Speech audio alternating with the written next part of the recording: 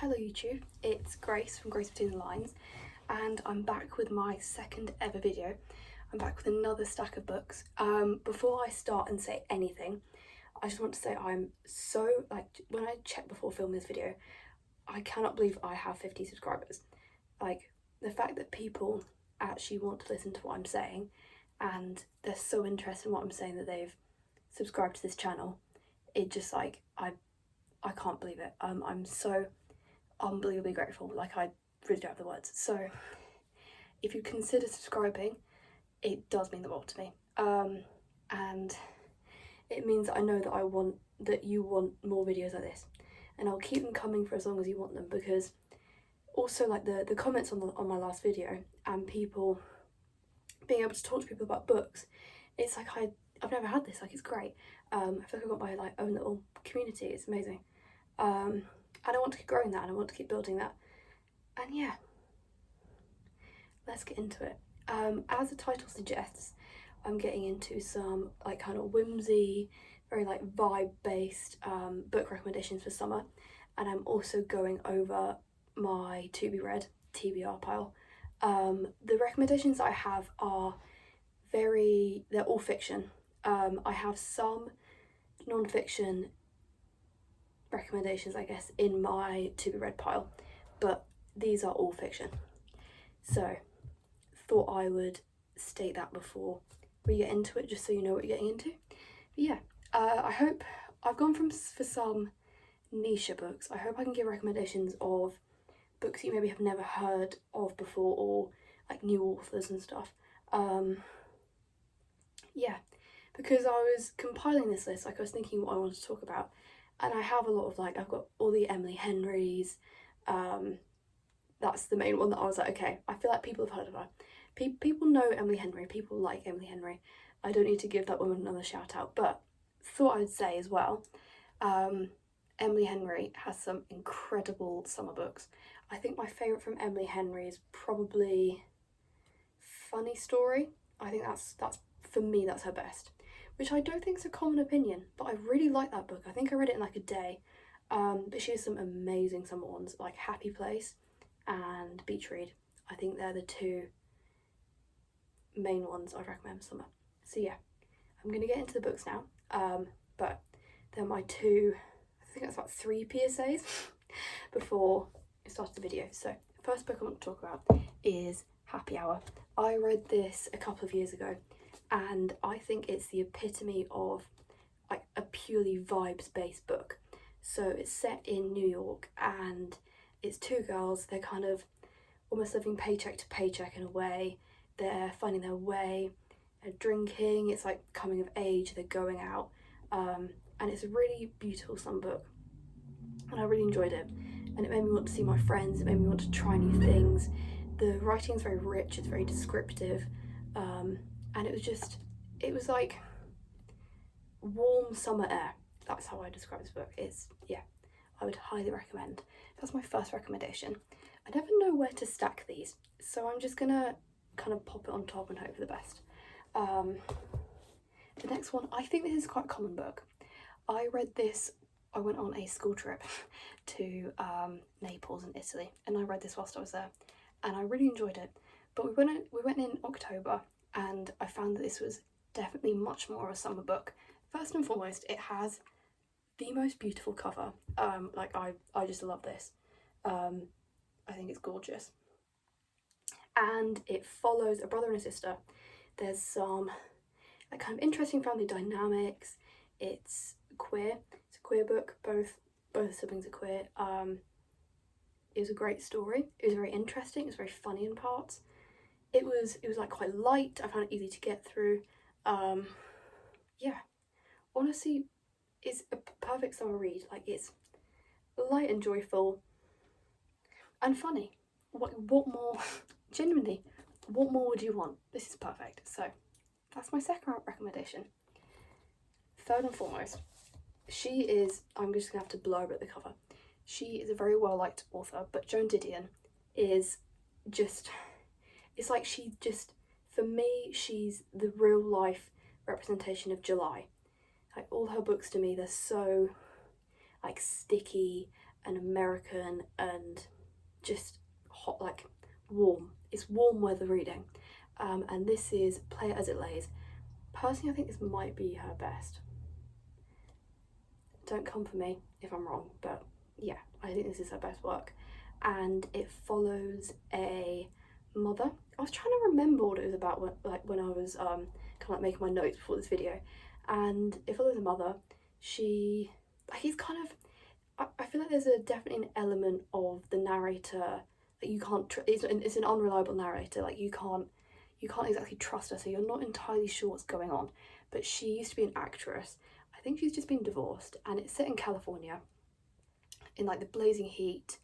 She has a lot of like family trauma, there's a lot of stuff to work through, and just like it's such like an Americana aesthetic to it, and that's so summer, and it was so whimsical, and it's just, Joan Didion is one of the great authors, great modern authors I should say, and I think if you haven't read any of her work, maybe this is your sign too, because she's incredible, and the way she writes is just so, I don't know the words for it, but it's amazing, and I would recommend this. And then moving on to, this was a big book, Big Swiss. I found this I think I read it in like 2 days. Like it was edible. I was obsessed with it. It follows a woman who is working as a transcriber for a therapist. It's weird girl. Like it is a weird girl read.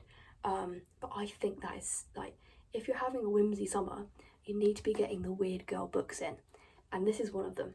So this is Big Swiss. And as I was saying, this woman starts working as a transcriber for a therapist, and she essentially almost kind of like falls in love with the woman that she's, one of the people that she's like the scripts she's transcribing. And then she realizes that she meets her in a park with her dog, and she calls her Big Swiss, and then they fall in love and they have an affair. It's very interesting. It is weird, but it's good weird, and there's so many different characters. It's such like a small town. Everyone's so like interesting, unique. Like the characterization, the character writing, I guess you can say, in this book is so distinct, and everyone's so unique, and they're so 3D, and that's what this does really well. So another recommendation, and it's kind of, yeah, it's weird and it's whimsy, and it's another perfect summer book. So that's why it's here.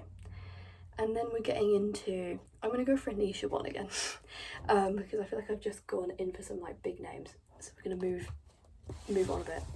Rachel Cusk is definitely a big name, but you know what I mean. This is Outline by Rachel Cusk. It's set in Greece, and obviously Greece, immediately summer. You have to be doing it. If you're someone who can't stand a plotless book, you will hate this. Cusk writes a lack of plot just brilliantly. Like it's definitely kind of a character study is what I'd say, and just kind of the vibes of being in Greece, the different people she meets, like all the different, she's a teacher and she's gone over to Greece to like work in a summer school. Even that, it's so interesting, and it was so nice to be kind of transported to that world for a bit and almost not have a plot to worry about. Like there was no like big struggles, there was none of that. It was almost like existing, and I really appreciated that.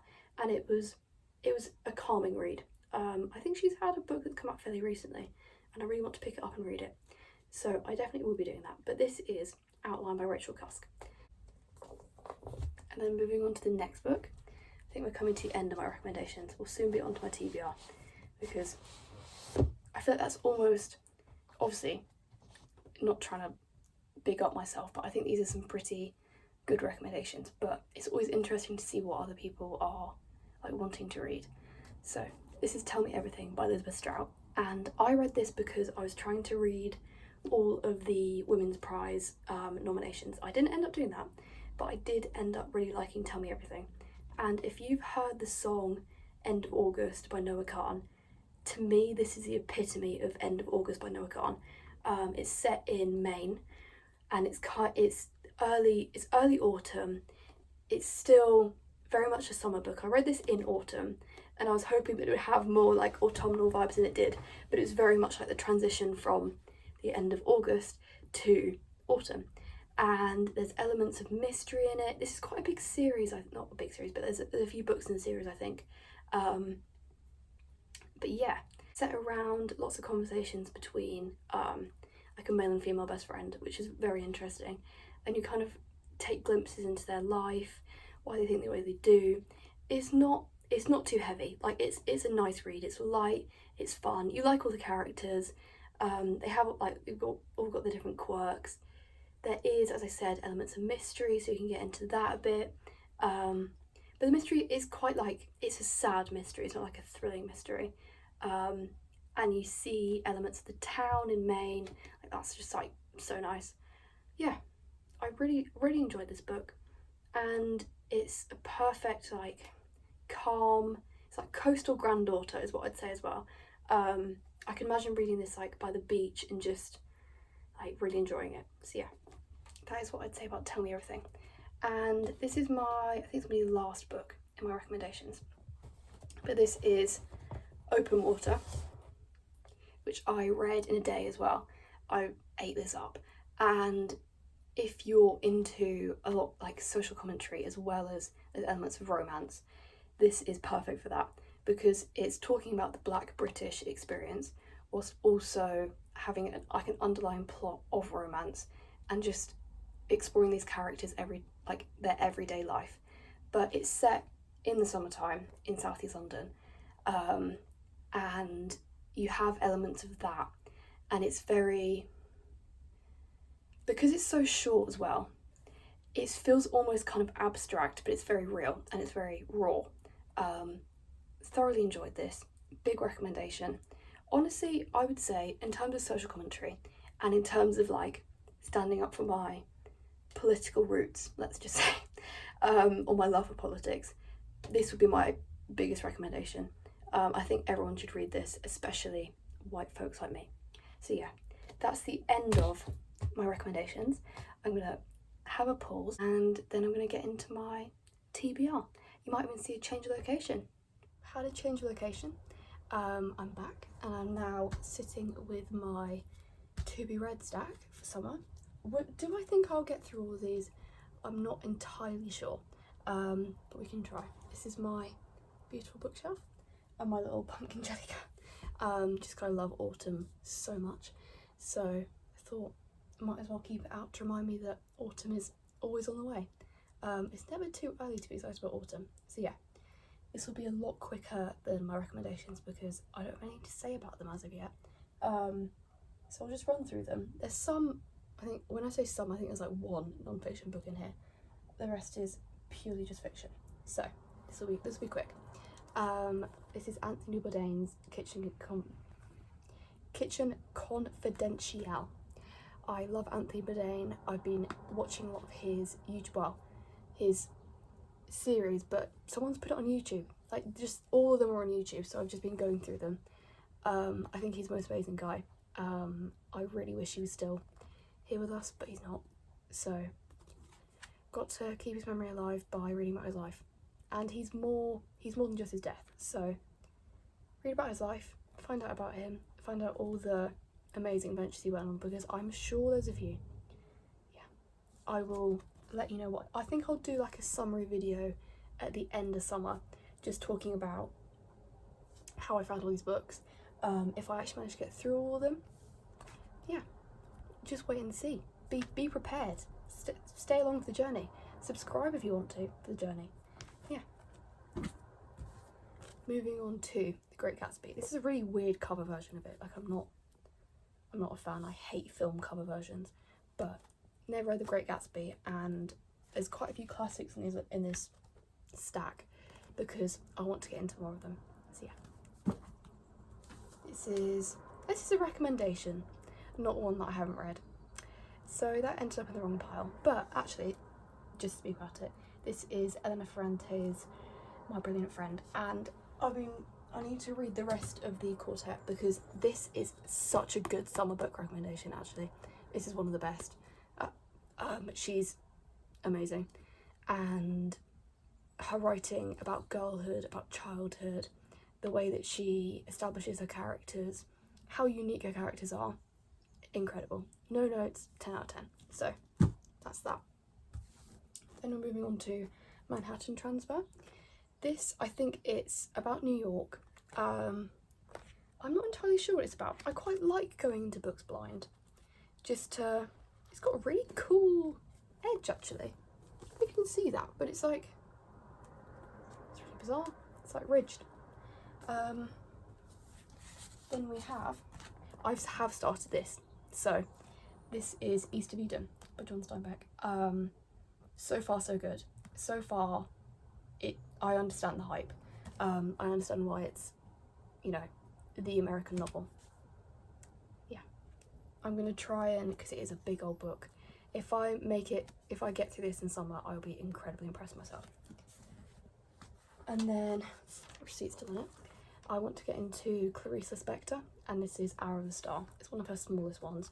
I thought I'd start with the small one, just to kind of ease my way in and see what I think of it. I definitely could get through this in a day, and well, less than a day, probably a couple of hours.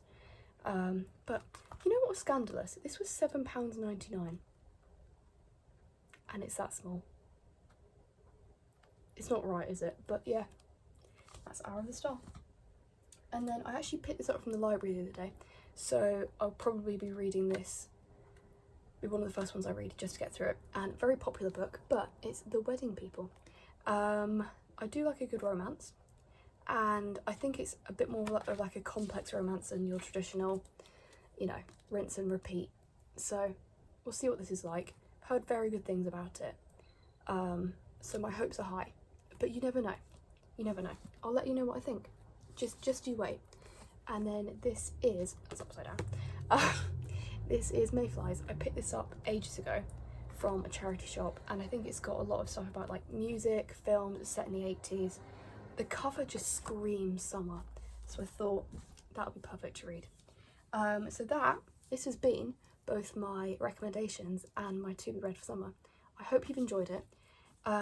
Comment any recommendations you have for me, because I have been loving getting recommendations from my last video. That is honestly the best part about posting. And I was just genuinely humbled that people took time out of their day to comment and to share what they love, and I was so happy. Thank you to everyone so far who subscribed as well. Jesus Christ, like, you are amazing. You're all amazing. As I said at the start of the video, if you would consider subscribing, liking, everything helps. I'm trying to build this channel over summer. I'm trying to see where it can go. If you want to be a part of it, then please stay along for this journey. You never know where we could end up. But yeah, thank you so much for watching. Still can't believe people actually want to listen to what I'm saying. Like, in my mind, I'm just rabbiting to my phone in my bedroom. So yeah, thank you so much. I hope you have a good rest of your day, evening, whatever time it is with you. I was also, okay, side note, I was also amazed at how many different people around the world were watching my videos. I saw that someone had used the captions to watch me in Portuguese, which is amazing. A lot of my viewers are from the United States, so hello from across the pond. Hope you guys are well. Hope you guys are good. So yeah, thank you so much. I should be getting another video out soon. I'm just gonna keep going. I'll keep speaking for as long as you want me to keep speaking. So yeah, always humbled. Thank you for having me, and I'll see you next time. Bye bye.